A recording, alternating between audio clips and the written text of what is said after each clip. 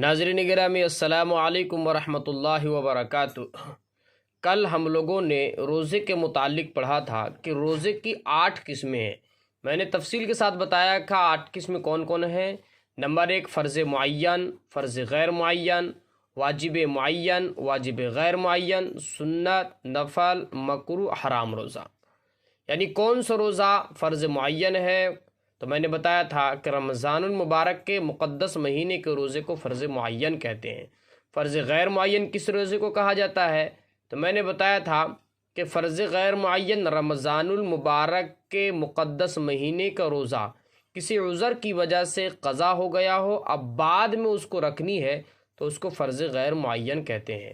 پھر واجب معین، تو واجب معین کے متعلق میں نے بتایا تھا کہ کسی نے نظر مانی کہ میرا فلاں کام ہو گیا تو میں فلاں تاریخ کو یا فلاں دن کو روزہ رکھوں گا، تو اس کو واجب معین کہتے ہیں۔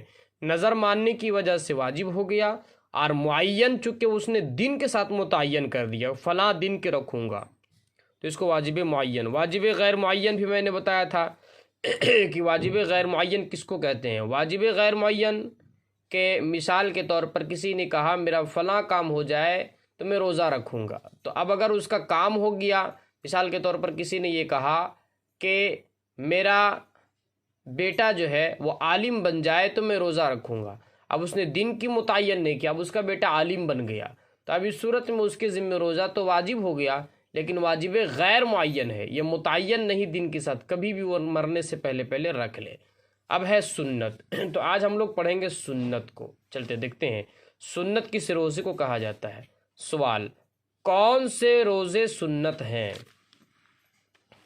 جواب، روزوں میں سنت مؤکدہ کوئی روزہ نہیں ہے، لیکن جن دنوں کے روزے حضور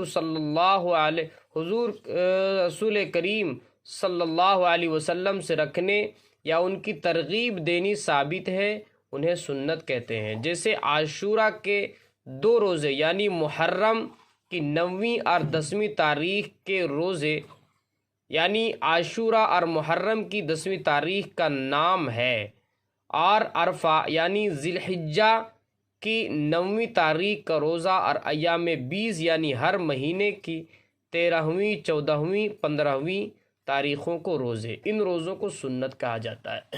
سب سے پہلے آپ سمجھیے سنت کی 2 قسمیں ہیں، سنت مؤکدہ، سنت غیر مؤکدہ۔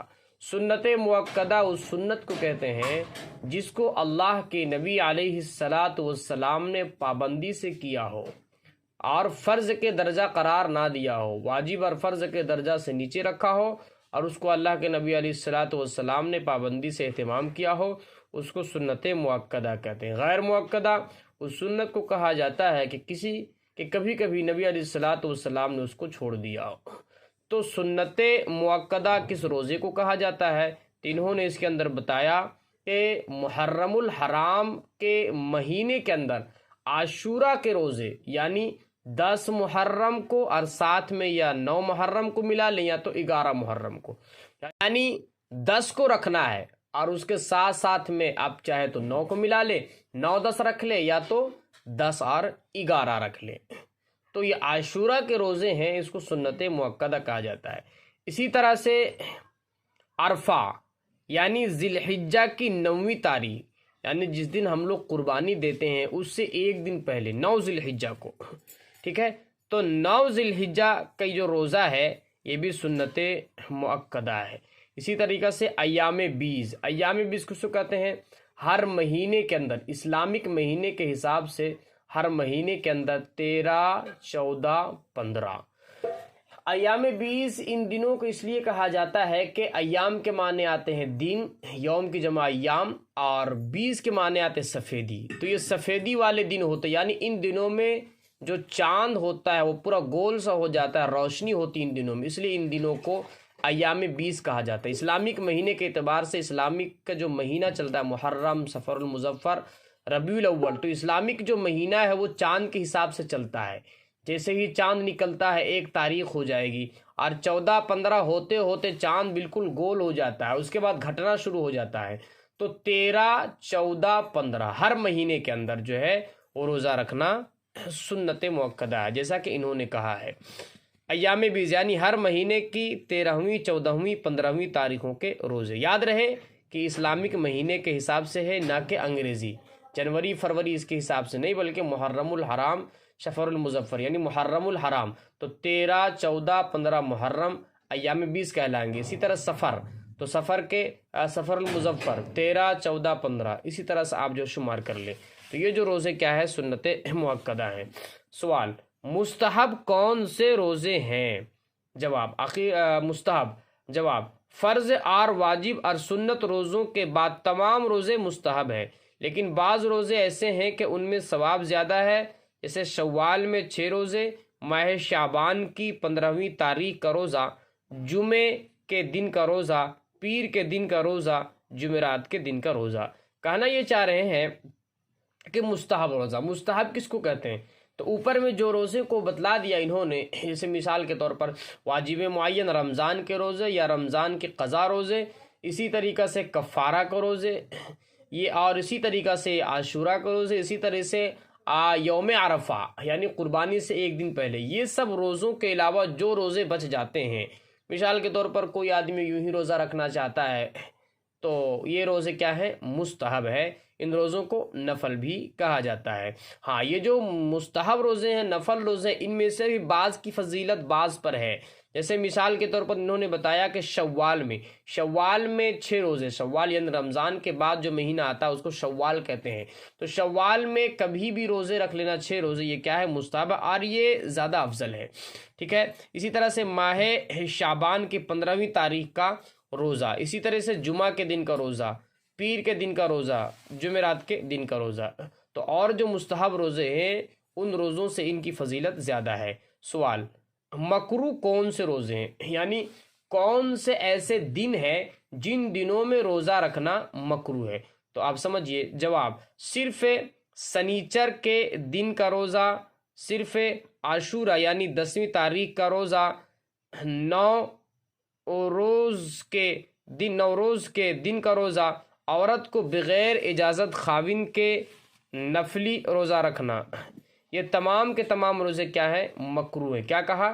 صرف سنیچر کے دن۔ مثال کے طور پر کوئی جو ہے اپنے آپ سے جو ہے فضیلت ثابت کرتا نہیں، ایک دم جو ہے سنیچر کے دن کے ہی روزہ رکھنا چاہیے، اور دن روزہ نہیں رکھ سکتے نفل روزہ، اس طرح سے متعین کر دینا یہ مکروہ ہے۔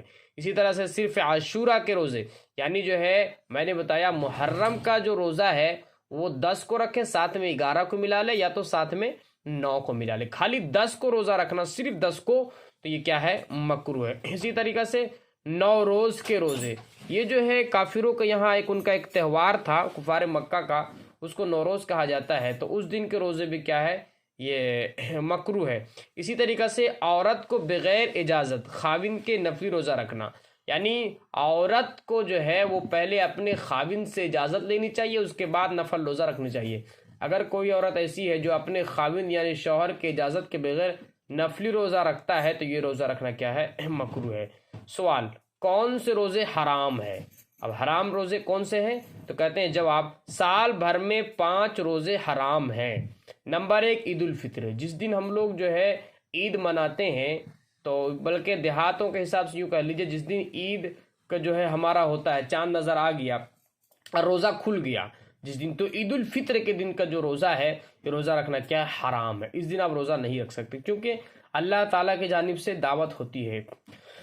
اور اسی طرح سے عید الاضحیٰ کے 2 روزے اور ایام تشریق کے 3 روزے، ایام تشریق ذی الحجہ کے 11ویں 12ویں 13ویں تاریخوں کا نام ہے، یعنی یوں کہہ لیجئے کہ 10 11 12 13، یہ جو 4 دن ہے ان 4 دنوں میں روزہ رکھنا حرام ہے۔ امید ہے آپ حضرات کو سمجھ میں آ گیا ہوگا۔ انشاءاللہ کل ہم لوگ آگے پڑھیں گے، آپ حضرات جو ہمارے ساتھ جڑے رہے۔ السلام علیکم ورحمۃ اللہ۔